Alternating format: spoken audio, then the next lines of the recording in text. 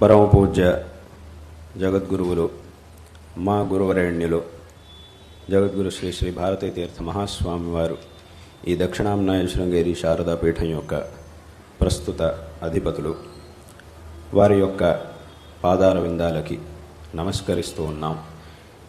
వారు శారదామ్మవారు ప్రత్యక్షంగా ఒక రూపాన్ని ధరించి మన ముందుకు వస్తే అది మా గురువరేణ్యులు అనేటటువంటి విషయంలో ఏమాత్రం సందేహానికి అవకాశం లేదు. ఇదేదో మా గురువరేణ్యులు వారు కాబట్టి వారి గురించి మేము ఏదో ప్రశంసిస్తున్నట్టో అథవా వారిని పొగుడుతున్నందుకో ఆడినటువంటి మాట మాత్రమే కాదు, ఇది ఎంతోమందికి అనుభవంలో ఉన్నటువంటి విషయం. అంటే ఎంతోమంది అలా శారదామ్మవారి సన్నిధికి వెళ్ళి అమ్మవారి ముందు చేసుకున్నటువంటి ప్రార్థనలకి తగినటువంటి సమాధానం మా గురువుల యొక్క ముఖం నుంచి రావడాన్ని ఎంతోమంది అనుభవించి తెలుసుకున్నారు.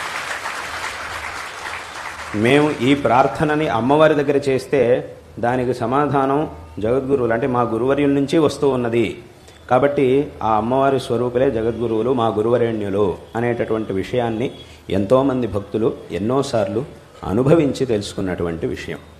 అటువంటి ఆ నడిచే శారదా స్వరూపులైనటువంటి మా గురువరేణ్యుల దర్శనాన్ని దాదాపుగా 20 సంవత్సరాల క్రితం మొట్టమొదట మేము చేసుకున్నది. శృంగేరిలో ఒక విశేషమైనటువంటి కార్యక్రమాలు జరిగినప్పుడు ఆ కార్యక్రమాల కోసం మేము అక్కడికి వెళ్ళడం జరిగింది.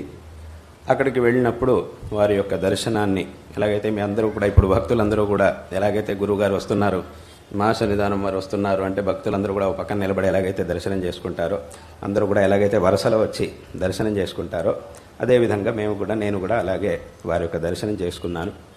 అయితే మనల్ని అనుగ్రహించేటటువంటి వాళ్ళు, మనకి సంబంధించినటువంటి వాళ్ళు, ఏదో ఒక రకంగా మనకి సంబంధించినటువంటి వాళ్ళు ఉన్నప్పుడు వాళ్ళ దగ్గరికి మనం వెళ్ళినప్పుడో అథవా వాళ్ళు మన దగ్గరికి వచ్చినప్పుడో ఏమవుతుంది అని అంటే మిగతా వ్యక్తులందరినీ చూసినప్పుడు కలగనటువంటి ఒక ప్రేరణ, ఒక భావన మన మనస్సుకి కలుగుతుంది. మనల్ని అనుగ్రహించేటటువంటి వాళ్ళు అథవా మన చేత అనుగ్రహింపబడాల్సినటువంటి వాళ్ళు అథవా ఏదో ఒక రకంగా మనకి సంబంధించినటువంటి వాళ్ళు ఎవరైతే ఉంటారో వాళ్ళని చూసినప్పుడు మన మనస్సు ఒక విధమైనటువంటి ప్రేరణని మనకి కలిగిస్తుంది. కాబట్టి అదేవిధంగా మా గురువుల్ని చూసినప్పుడు మా మనస్సులో కలిగినటువంటి ఒక ప్రేరణ ఏమిటి అని అంటే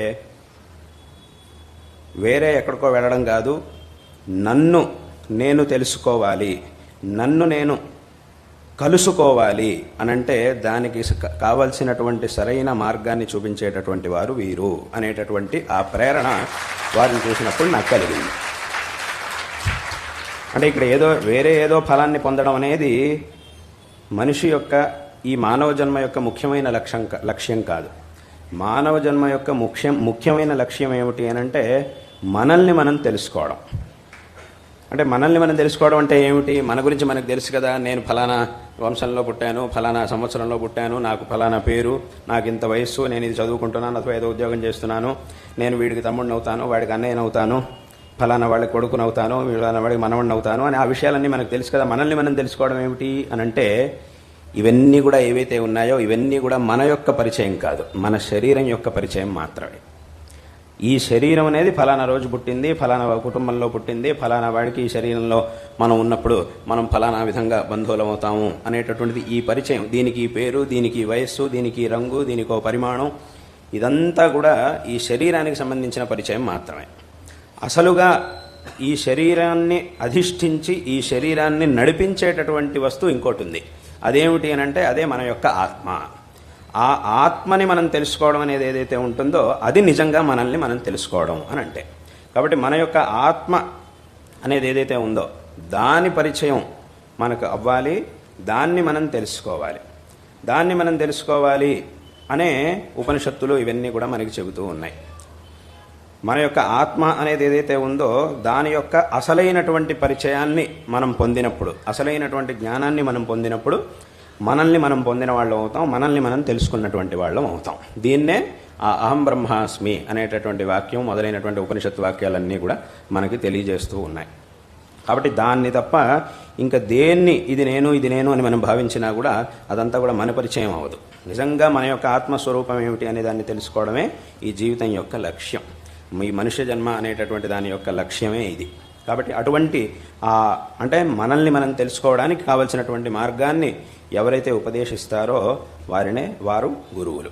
కాబట్టి అటువంటి ఆ గురువుల్ని మనం చూసినప్పుడు మన మనస్సు మనకి చెప్పింది, నా మనస్సు నాకు చెప్పింది, నన్ను నేను కలుసుకొని ఈ జీవితాన్ని సార్థకపరుచుకోవాలి అని అంటే నన్ను ఉద్ధరించేటటువంటి వారు ఈ వ్యక్తి, వీరి ద్వారానే నా యొక్క ఆత్మోద్ధారం అనేది సాధ్యమవుతుంది, ఆ ఆత్మోద్ధారాన్ని చేయగలిగినటువంటి వారు వీరే అనేటటువంటి ఆ ప్రేరణ నాకు కలిగింది.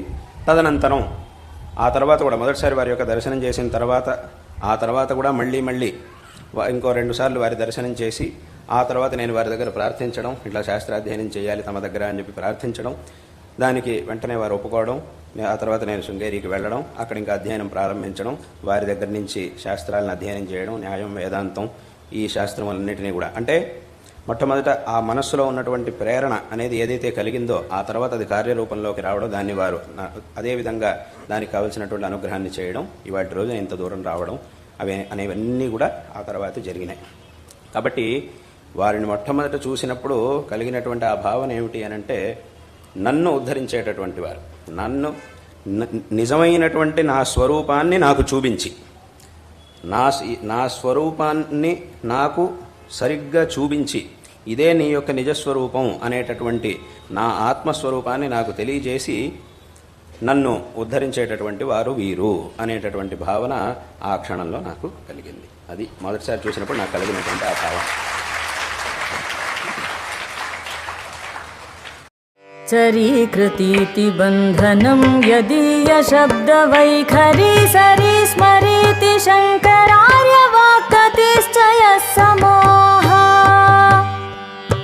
చరీకృతీతి బంధనం యదీయ శబ్ద వైఖరి సరి స్మరీతి శంకరార్య వాక్తిశ్చయ సమోహ. బరీ భరీతి భారతిం స్వనాన్ని మానసే జయస్స భారతి సుతీర్థకో జగద్గురుర్గతిర్మమ.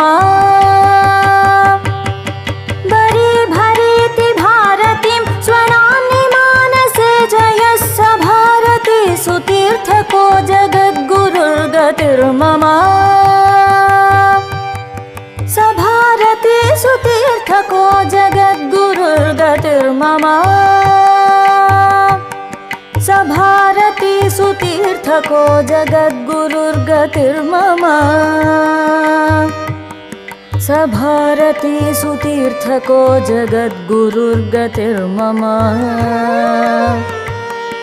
జగద్గురుర్గతిర్మమ. జగద్గురుర్గతిర్మమ.